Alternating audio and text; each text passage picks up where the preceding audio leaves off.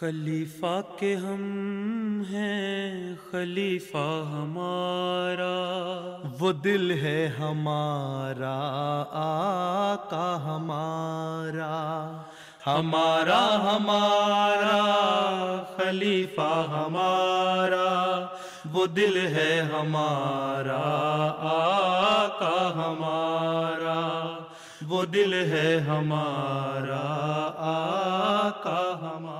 আসসালামু আলাইকুম। মুসলিম টিভির বার্তা বিভাগে আপনাদের সবাইকে স্বাগতম। এই সপ্তাহেও আমরা গাম্বিয়া জামাতের সাথে হযরত খলিফাতুল মসিহ আল খামেস আয়াদাল্লাহ তাআলা বিনাসরিহিল আজিজের দুটি ভার্চুয়াল মুলাকাতের বিশেষ কিছু অংশ নিয়ে উপস্থিত হয়েছি। প্রথমেই থাকছে মজলিস খোদ্দামুল আহমদিয়া রিপোর্টটি। হজরত খলিফাতুল মসিহ আল খামেস আয়াদাহুল্লাহ তাআলা বিনাসরিহিল আজিজ গত শনিবার গাম্বিয়ার খোদ্দাম সদস্যদের সাথে ভার্চুয়াল মোলাকাতের সভাপতিত্ব করেন। কুরআন তিলাওয়াত এবং হাদিস পাঠের মাধ্যমে মোলাকাতের কার্যক্রম শুরু হয়। এরপর হজরত মুসলিম মাউদ রাদিয়াল্লাহু তাআলা আনহু রচিত একটি নজম পরিবেশন করা হয়। I had to recite a poem written by Hazrat Muslim Maud radiallahu anhu advising the Qudamul Ahmadiyya worldwide. Nani halane jamaat mujhe kuch kehna hai, par hai shar ke zaye mera पैगाम न हो, पर है ये sir के जाए मेरा पैगाम न हो। नानी हालाने जमात मुझे कुछ कहना है।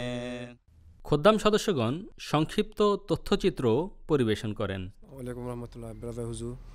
It's a privilege to stand before you and deliver a speech on the topic importance of financial sacrifice.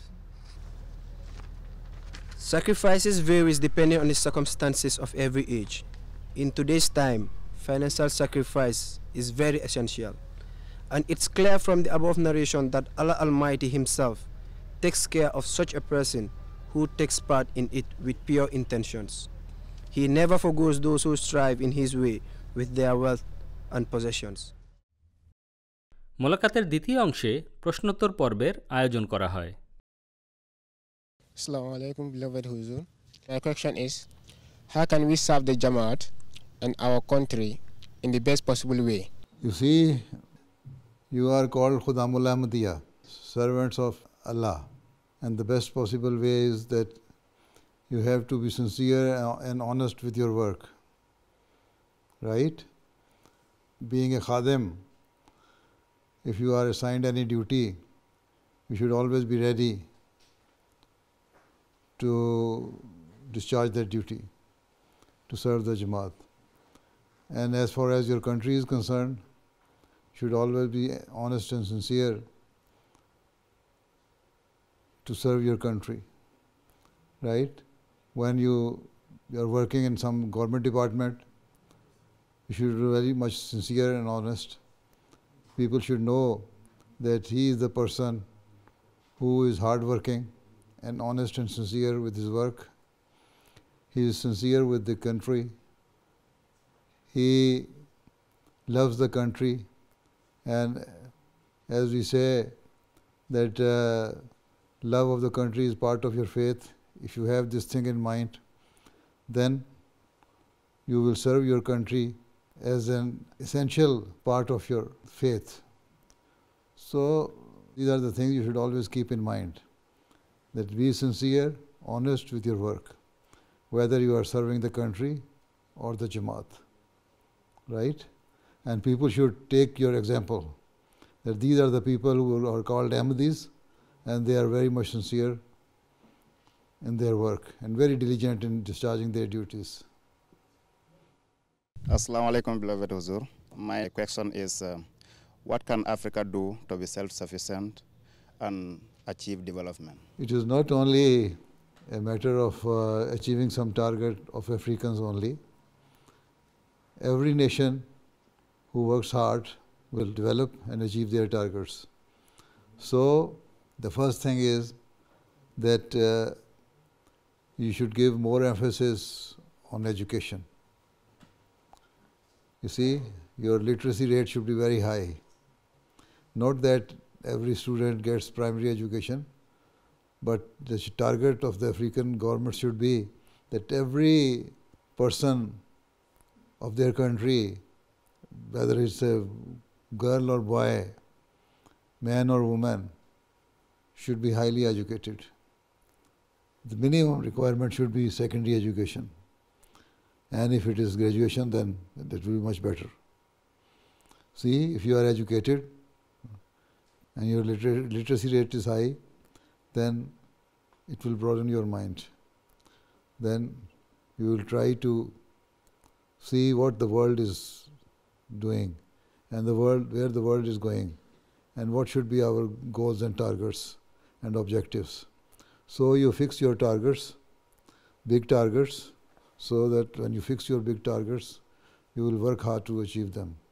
And be honest and sincere with your work, as I have already said. See, if you are a teacher, you should fully concentrate on teaching your student with full preparation. Not that you are not well prepared and go to the school and start teaching the students. If you are a worker, you should work hard as much as you can. If you are a bureaucrat, you should be very sincere and honest with your work and try hard to achieve the ultimate object of your assignment, or complete your assignment within the prescribed time and as early as possible. So, work hard, be honest and sincere to your work and to your nation. And that will help you to develop. And the basic thing, as I have told you, is the education. Every person should try hard to get better education, right? So if you are a well-educated person, then your goals will also be high, right? And use that knowledge and wisdom which you get for the betterment of your nation, for the service of your nation. Okay? Yes, Jazakumullah Huzur. Assalamu alaikum warahmatullahi ta'ala wabarakatuh. Huzur, my question is that what are some of the benefits you get from the conducted mulakats, virtual mulakats? You should tell me. This should be my question, not yours. Huh? Huh?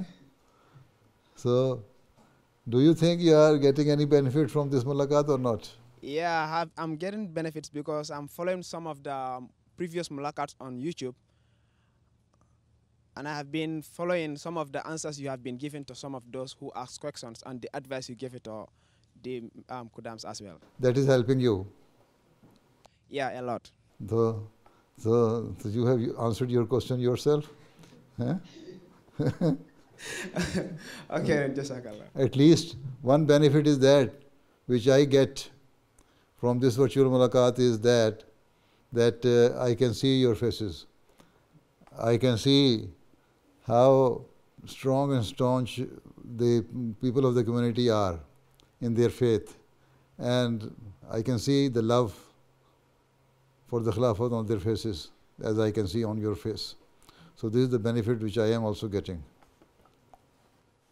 Assalamu alaikum wa rahmatullah, beloved Zur. Wa alaikum salam. My question is, since many people are skeptical or afraid to take COVID-19 vaccine, what is your advice regarding it?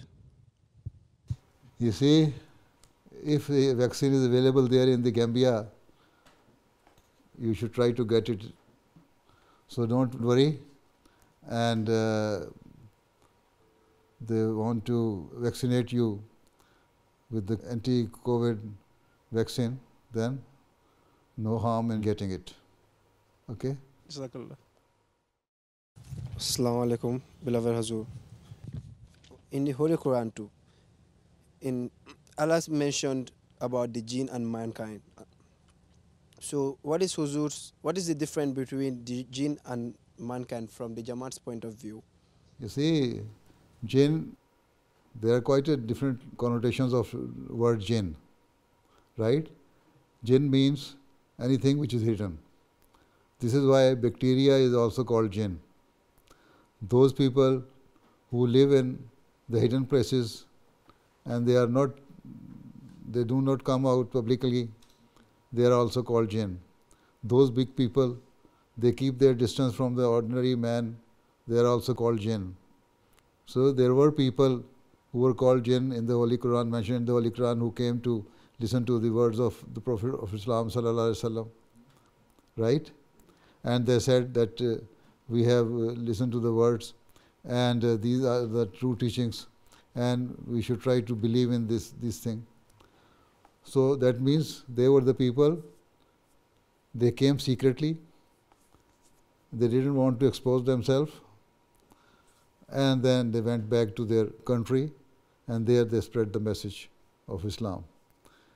So anything which is hidden is called jinn, and all the big people who keep themselves away from the ordinary person, they are called jinn. Anything hidden, bacteria, is called jinn. Holy Prophet ﷺ has said that bacteria is also a jinn.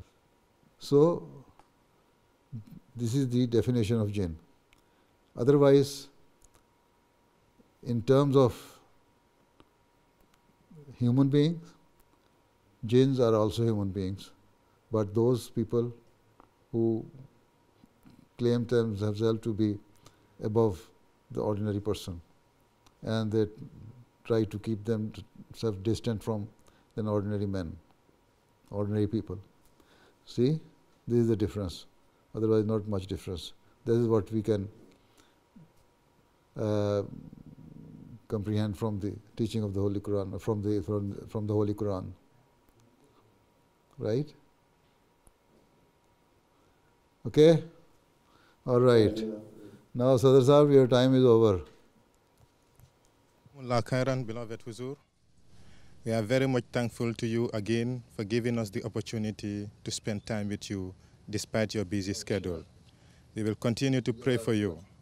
Thank you, Jazakallah. Allah Ta'ala bless you all. Okay, Assalamu alaikum wa rahmatullah.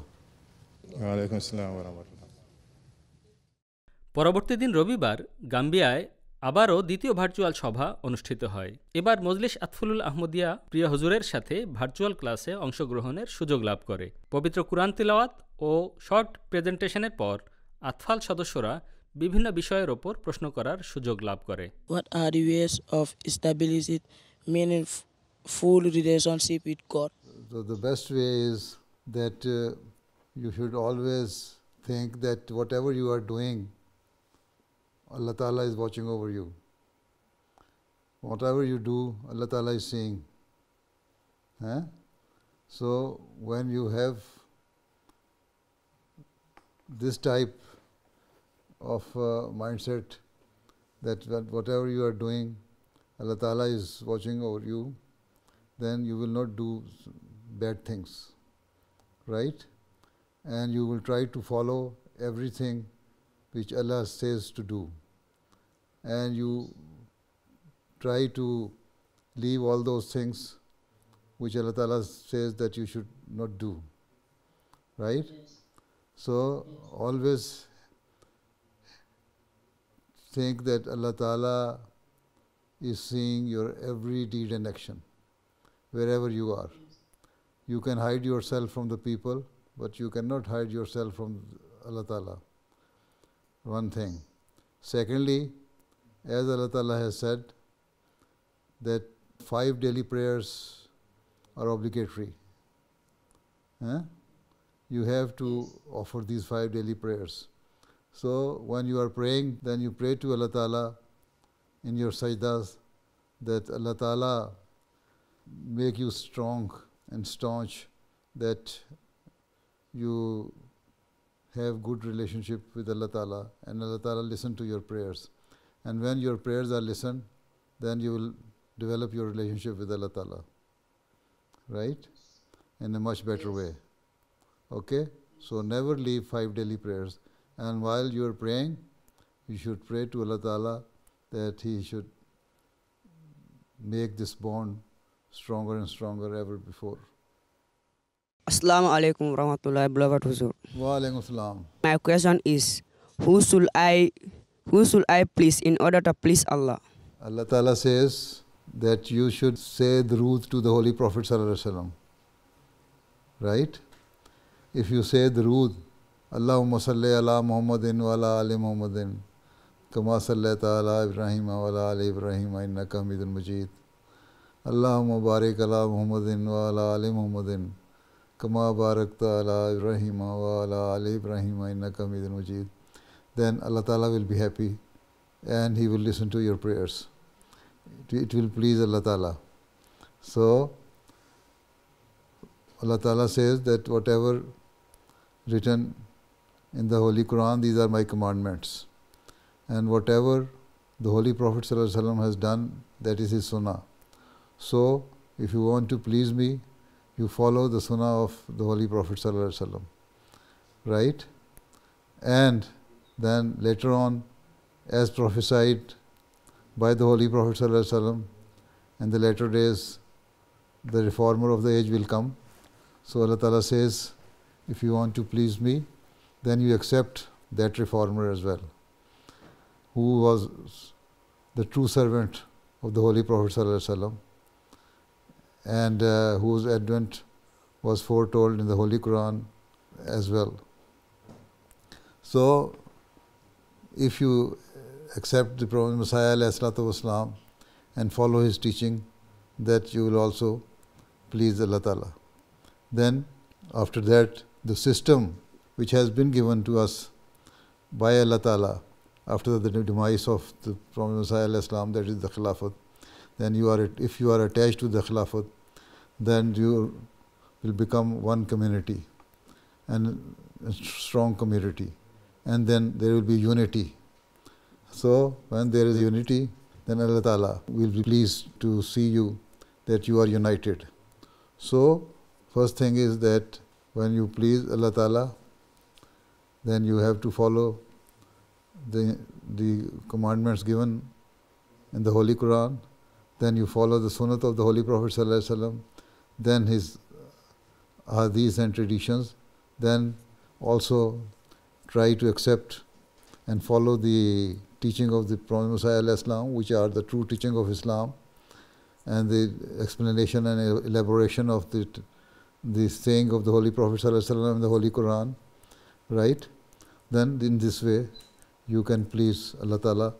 When you follow all these things, you will please Allah Ta'ala, and ultimate goal of a person should be to please Allah Ta'ala.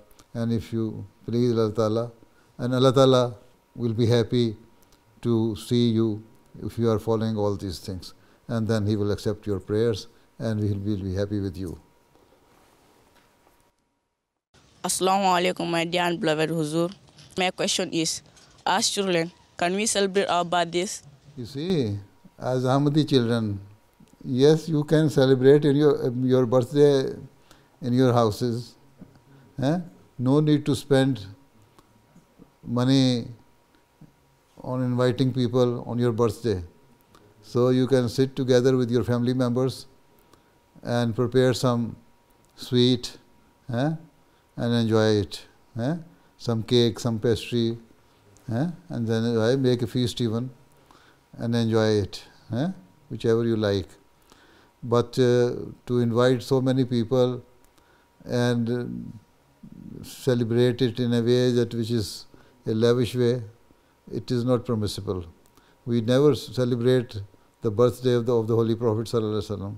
So even if we don't celebrate the birthday of the Holy Prophet Sallallahu Alaihi Wasallam, what is the need to celebrate our own birthday? But just to enjoy it, to remember that today is your birthday, so you can just sit together with your family members, and even your mother can prepare some good food for you, even cake or pastry or something like that, or some other sweet or whichever food you like, any feast you can enjoy at home. But not to invite your fellow students like this. No, there's just wastage of time and money, right? Instead, if you have enough money, you can give some amount to the charity so that the poor people can also enjoy some food from your money. There are quite a number of poor people in the world who are even deprived of their daily food. They are hunger stricken. They are suffering.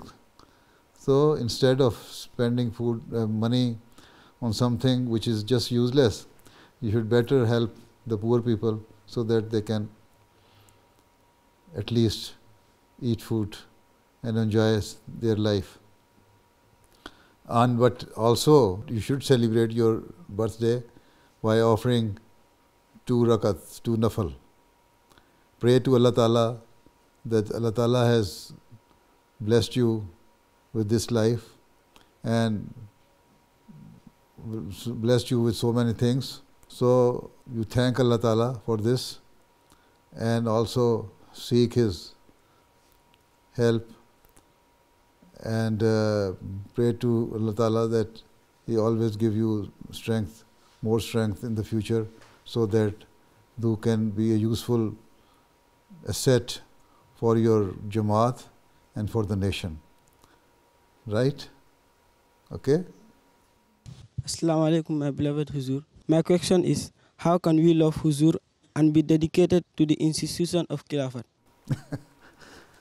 You see? Yes. If you are following the commandments of Allah Ta'ala,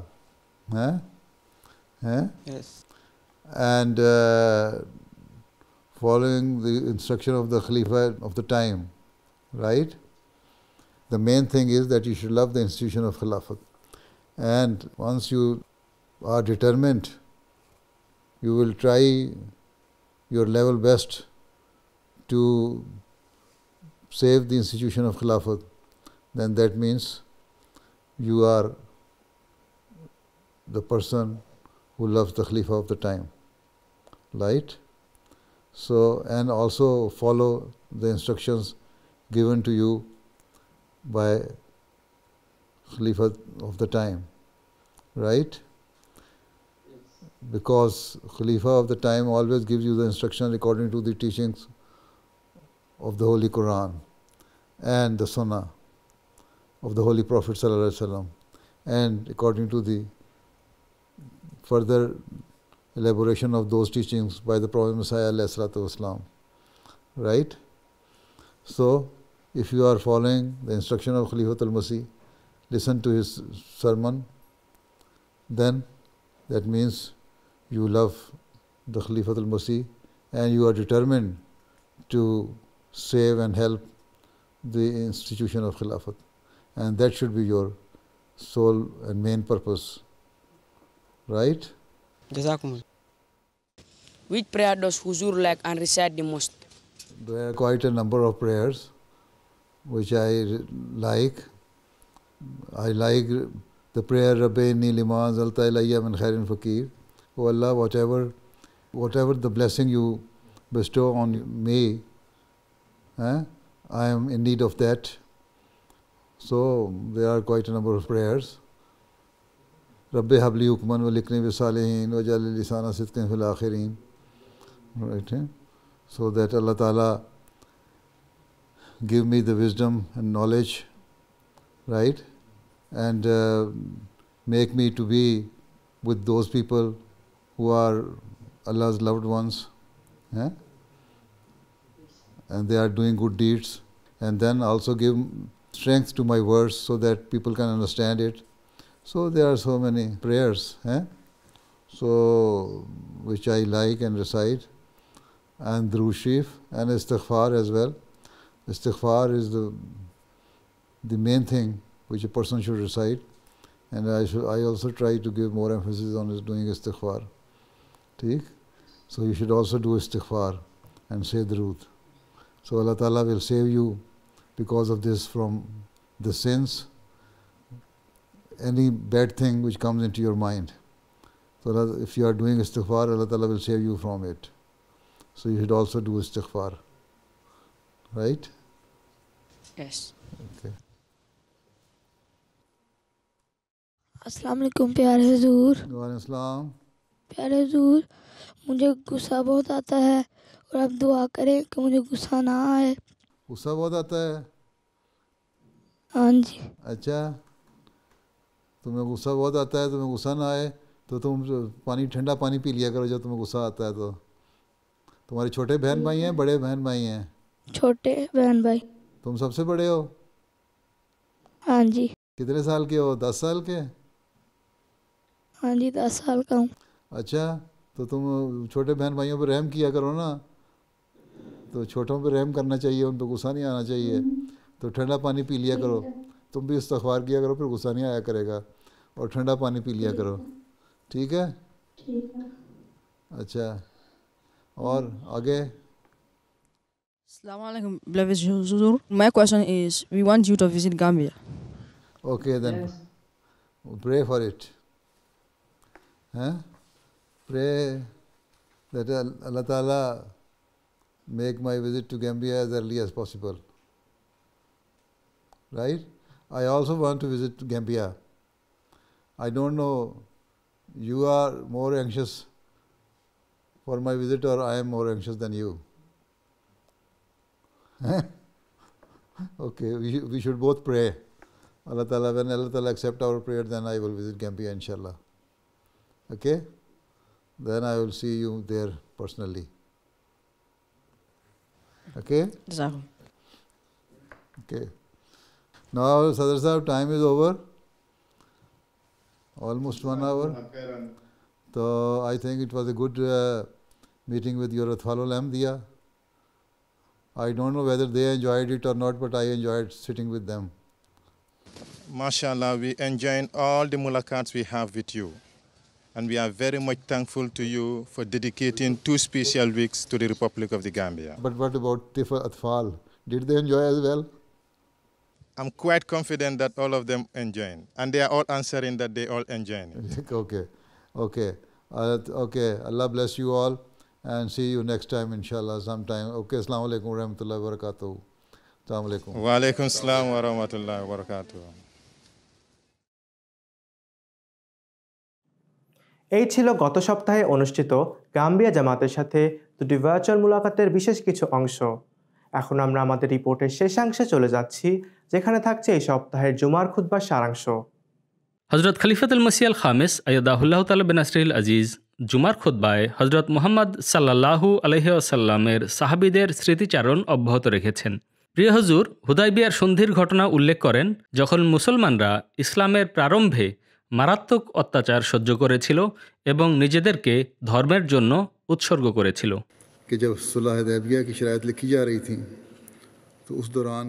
হুদাইবিয়ার সন্ধির যখন শর্তাবলী নির্ধারিত হচ্ছিল, তখন মক্কাবাসীদের দূত সোহেল বিন আমরের পুত্র আবু জন্দল পায়ে বেড়ি এবং হাতকড়া পরিহিত অবস্থায় সেই বৈঠকে এসে উপস্থিত হন। সেই যুবককে মক্কাবাসীরা ইসলাম গ্রহণ করার কারণে বন্দী করে এবং ভয়াবহ কষ্ট দিচ্ছিল। তিনি যখন জানতে পারেন যে মহানবী মক্কার এতটা কাছে এসে গেছেন, তিনি কোনোভাবে মক্কাবাসীদের কারাগার থেকে মুক্ত হয়ে শিকল এবং বেড়ি পরিহিত অবস্থায় হুদাইবিয়া নামক স্থানে পৌঁছেন। দৈবক্রমে তখন পৌঁছেন যখন তার পিতা চুক্তির শর্তাবলী এই শর্ত লেখা ছিল যে মক্কাবাসীদের মধ্য থেকে যে ব্যক্তি মুসলমানদের কাছে যাবে, মুসলমান হলেও তাকে ফেরত পাঠানো হবে।